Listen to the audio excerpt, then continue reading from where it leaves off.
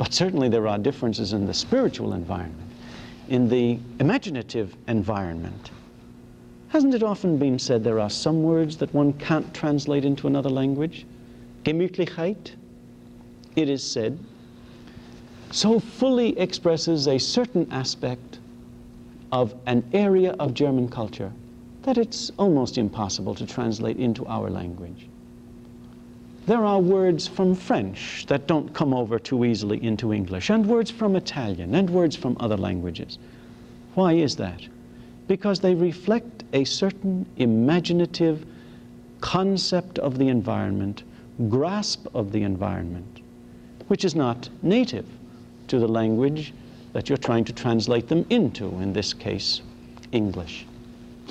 It's very difficult for me in a very few minutes to go very deeply into this matter.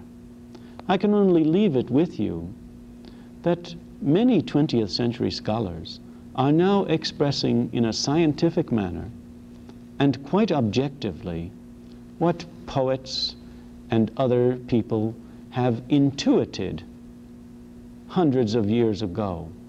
That is, that man is his language. And you have only one native language, no matter how proficient you may become in others.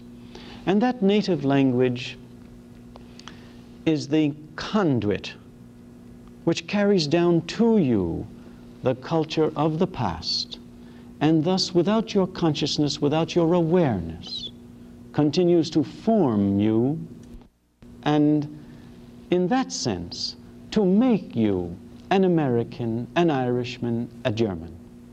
So for a people deliberately to forego this is to court suicide.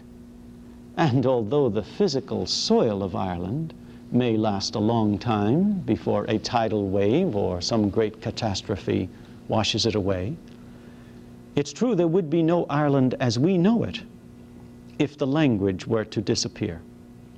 It is for this reason that the Irish government is making heroic efforts to attempt to preserve that language which has survived so many of the vicissitudes of history, which comes down to us from 1,000 years or maybe more before Christ's birth, which has survived every kind of natural and human disaster.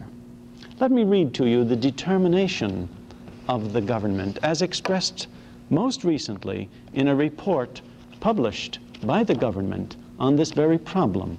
This is called the White Paper on the Restoration of the Irish Language.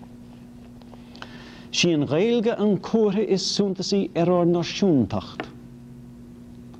The Irish language is the most distinctive sign of our nationality. Our present position as an independent state derives in large measure from the idealism evoked by the Irish language movement. In other words, the government does not see this as something that would be nice, something that would be an emotional touch with the past.